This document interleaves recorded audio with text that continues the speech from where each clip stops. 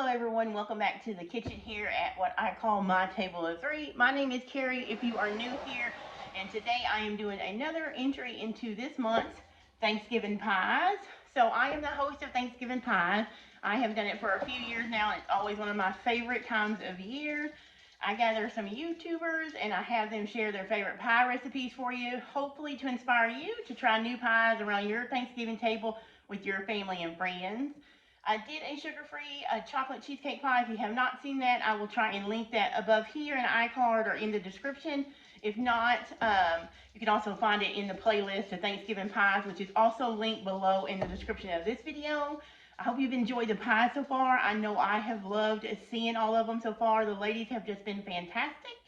So I thought today I would show you how I make my pie crust for my hand pies.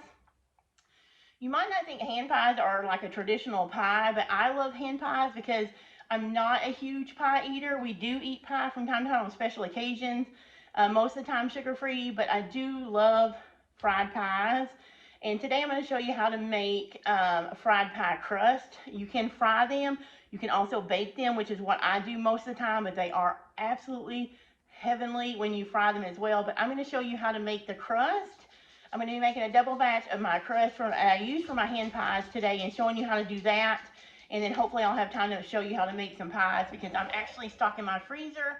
I'm going to be taking some pies to my aunt and my mom later this month. We go see them for Thanksgiving. I'm going to do some apple pie. I canned this apple pie filling back in September of 23. I actually have a video for that if you want to go and check out the pies in the Thanksgiving pie list. If you scroll back, you'll see me canning pie filling. And also this summer when I was on my YouTube break, I had a wonderful time picking peaches with my family, and we canned some homemade peach pie filling, which is, oh my gosh, this is so good.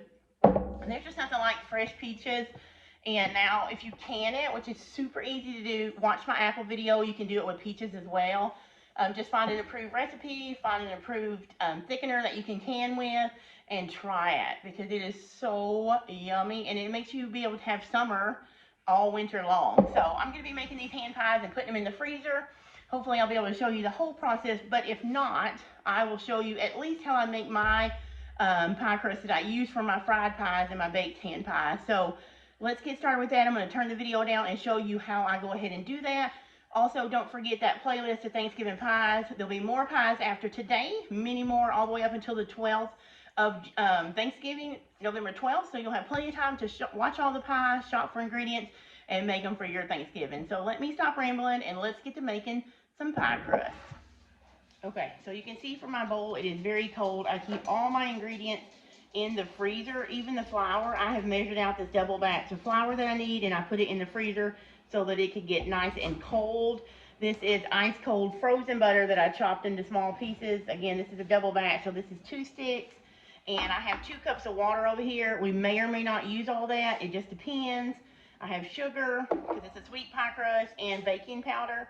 And I am actually going to put some vinegar in my water. Yes, vinegar, because I feel like it helps with it being extra flaky. So, like I said, I'm just going to measure out 2 tablespoons into this 2 cups of water.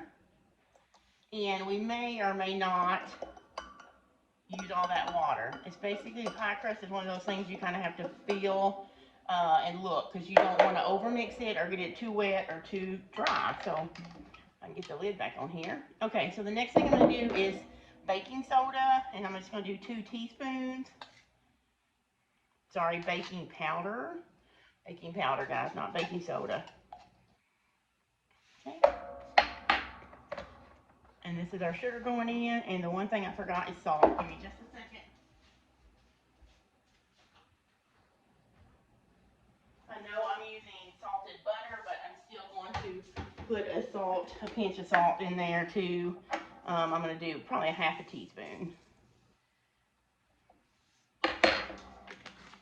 Okay, and so I'm just going to mix this up really quick. And I'm using this Danish dough whisk. This is what I like to mix my pie crust up with because I don't have to touch the dough a lot, and I just like the way it incorporates everything. Okay. So the next thing I'm going to do is all the butter. Put it in there. This cold butter, if you keep everything cold, This is what's going to be important. This is what's going to help make your pie crust stay flaky, are these chunks of butter. Try and get as much of this off as I can. And the apple cider vinegar, the baking soda, to me, I just find that it works really good for hand pie crust. I always get comments on it. But by all means, you know, you guys, if you have a standard crust that you're used to for your hand pies, you can definitely use those. Okay, so now I'm just going to incorporate the butter like that.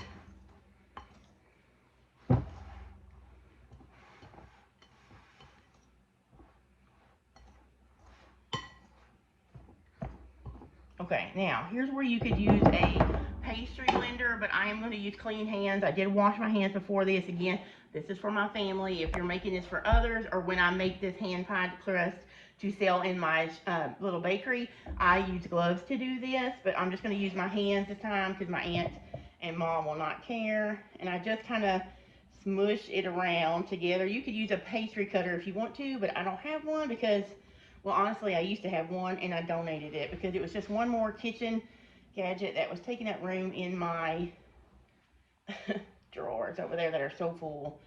And I just find out I like to do it better with my hands. You can also use a fork if you want to, which I can show you how to do that in a minute as well. I just like to use my hands because the heat from your hand does help a little bit incorporate it. But again, you don't want to melt the butter. You're just trying to kind of work it in. You want the butter to have pieces still in the pie dough because that is what's going to give it pockets of flakiness and air in there when it melts. And overworking flour also is not good for the texture as well. Okay. Wipe my hands really quick. I'll show you how you can use a fork.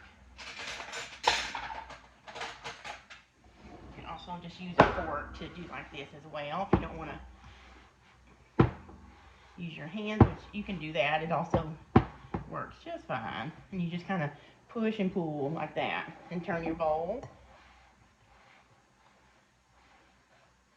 Let it stir a little bit and do it some more. It's all about incorporating here.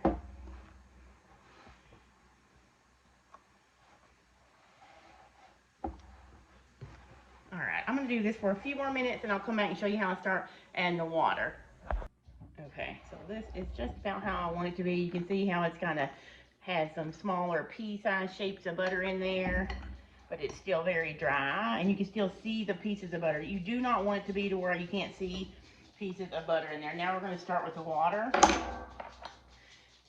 You can start with tablespoons at a time if you like. That's the best way. Still a little bit. So I'm going to do 1, 2, 3, 4, 5, 6, 7, 8, 9, 10. I have a double batch, so I'm going to start with 10 tablespoons. If you're just doing a single batch, start with 5 and just kind of work them in with your dough whisk or your hands if that's what you're using. Just know that if your hands are hot, it's going to steadily melt the butter and may not have the same texture, but use your fork if you don't have one of these fancy, you don't have to have one of these fancy whisks. They're not very expensive, or I wouldn't have one. But if you don't have one, you can totally use a fork or your hands. Or even put it in a food processor. I don't like to do that for these, but you can if you want to. And put some more water. 1, 2, 3, 4, 5, 6, 7, 8, 9, 10. Again, if you're doing the single batch, just add a couple tablespoons at a time until you get to the texture you're looking for, and I'll show you what that is in a little bit. You can see it's starting to form together more now. That's what you're going for, but it still needs to go a little bit further. It is important that you don't overmix when you get to these points, so it's kind of like a practice kind of thing. And I'm probably going to use just about all of this water. So this is a 2-cup bowl. Again, this is a double batch. So 1, 2, 3, 4, 5, 6, 7, 8, 9, 10. Do you guys have teens in your house? If you do, you may be familiar with the term 6, 7. My son just come by. If you didn't hear him, you probably didn't, but he said, when I was counting, it's like 6, 7. Oh. Maybe that brought him a little bit of joy today to say that when Mom was counting. Okay, so this is just about ready, to be honest with you. Let me show you what it looks like. You see how that is holding like that? I don't want it any wetter than that. I'm just going to keep mixing a little bit. So I ended up not using all my water. This says there is 1/4 of a cup left. So I used 1 3/4 cups water. And I'm just going to push this out of this whisk and use my hands because I am almost done mixing this. You do not want to overmix. It's going to look like it's not going to be a dough, but this is all you need. You just want it to be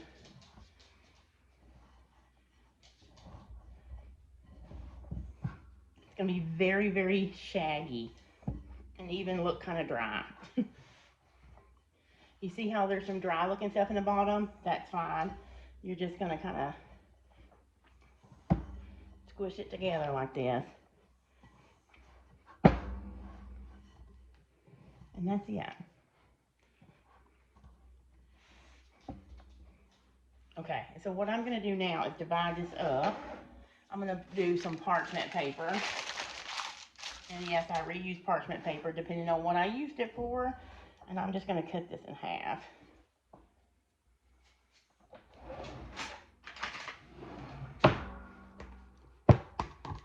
Okay, there is one. Get some of these dry things and put it in there. Okay.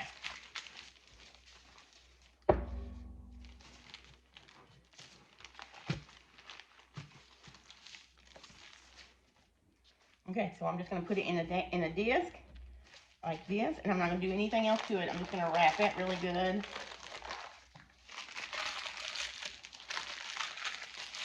And I'm going to set it aside. I'm going to get another piece of parchment put over here. And put the rest of the dough there.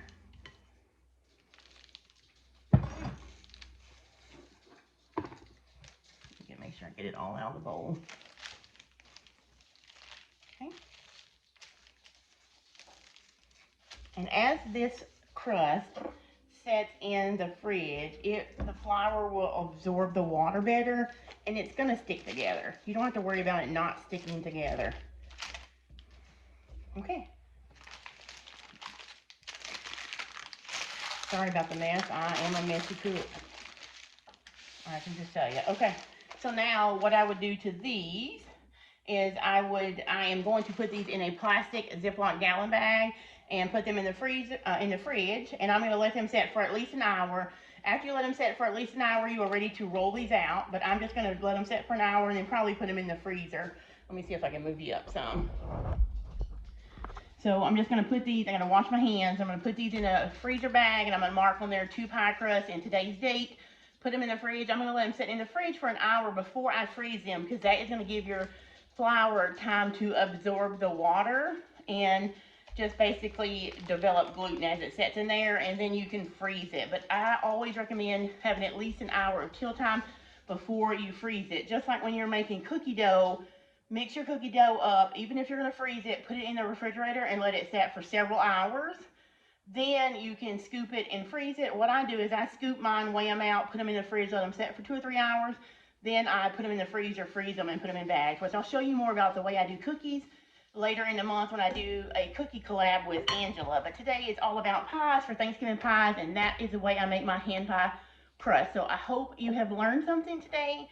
Hopefully I will have time to come back and show you how I use this crust. But If I don't, I'll come back and end the video, but hopefully I will. I'm going to get this in the fridge really quick, so maybe I'll have time. Okay, see you in a bit. Okay, guys, I'm going to pull it out. I just pulled out one of the pie crusts. I'm going to put it down here, and I'm going to turn the camera down and show you how I make these little hand pies. And I'm going to make them pretty small this time so I can make several of them. And I have a cookie sheet over here with some parchment paper on them to lay them on as we make them. We're first going to do peach, I think, but let me turn it down and show you what I'm working with here.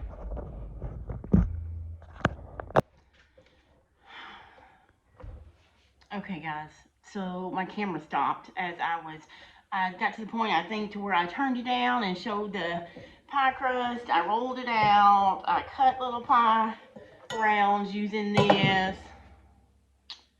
And my camera stopped. I don't know why. I don't know if it stopped when I turned you down to show you or what. But like I was telling you when I was doing that, I am on a huge time crunch. I've had a very busy week trying to make pierogies for our church food fest to help out with that. Nate's had lots of practices. I've had all kinds of stuff, and I don't have time. I've had to wait till the last minute basically to make this pie view. So you're watching this on Saturday the 8th, and I'm making it on the 7th. So here's what's left of what I rolled out. But this is what it looked like when I had it in the fridge and I took it out.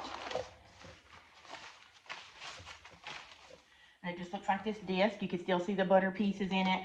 I floured this baking mat that I'm going to show you that you're seeing on, rolled it out, and then I used this cutter, which I'm going to link to below. It's super inexpensive, but there's a whole set of it.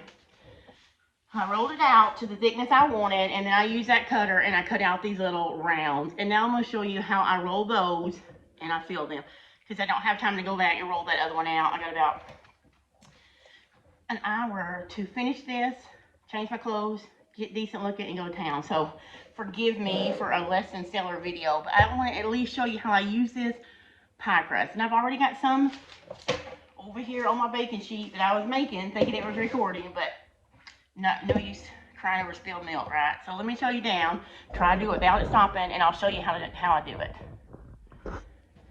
Okay, so I have these rings that I cut out with this ring. Again, I'll link them below. I move them out of the way, and I just use this handy little roller, pastry roller. I love this thing.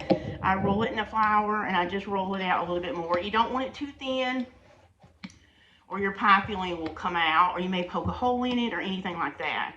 But just roll it out to about that thin. Then I put water around the edge, because we're going to crimp this with a fork.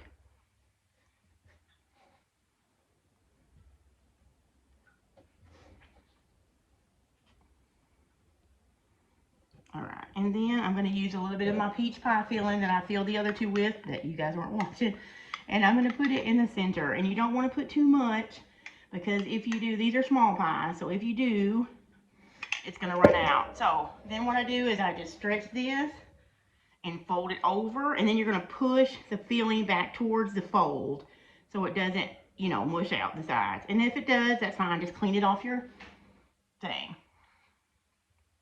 And so you get your half crescent shape. Then I've got a fork. I'm going to rub it in some flour, and I'm just going to press the edges together. In flour, press the edges together. In flour, press the edges together. In flour, press them, press them, press them, press them. And there you have it. You have a little hand pie that you can freeze for later. You can deep fry it in lard or whatever kind of, or you can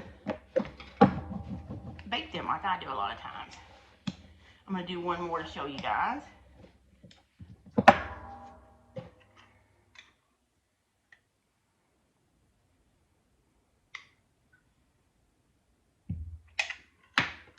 Doesn't matter what order you wet the sides in. Just make sure you wet the edges so it'll stay together.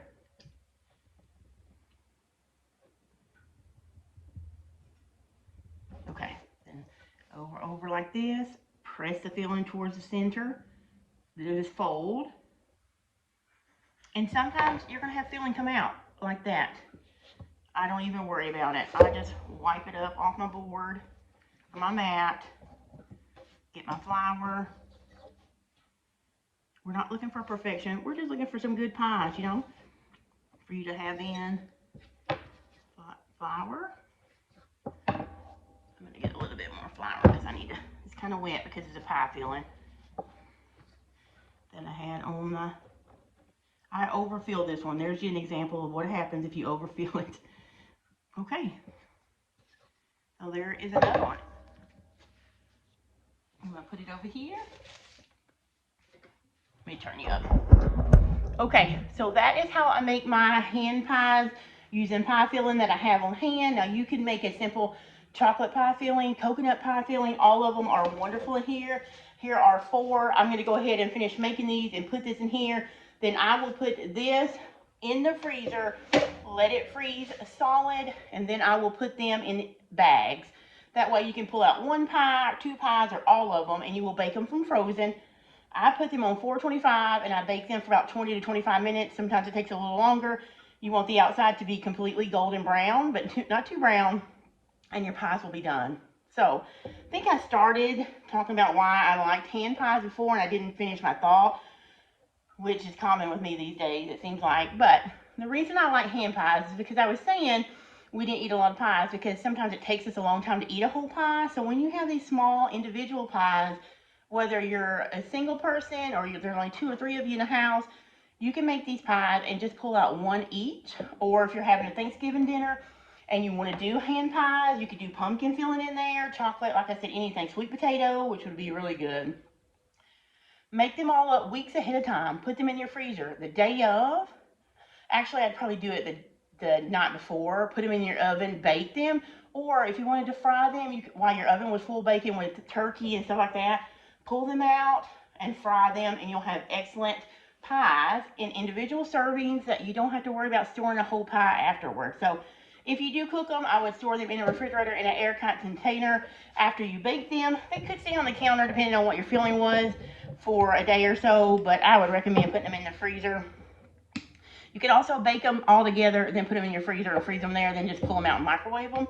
But that's it, you guys. That's my easy pie crust and how I make hand pies. So I hope you've enjoyed it. I hope you're enjoying the Thanksgiving pie collaboration.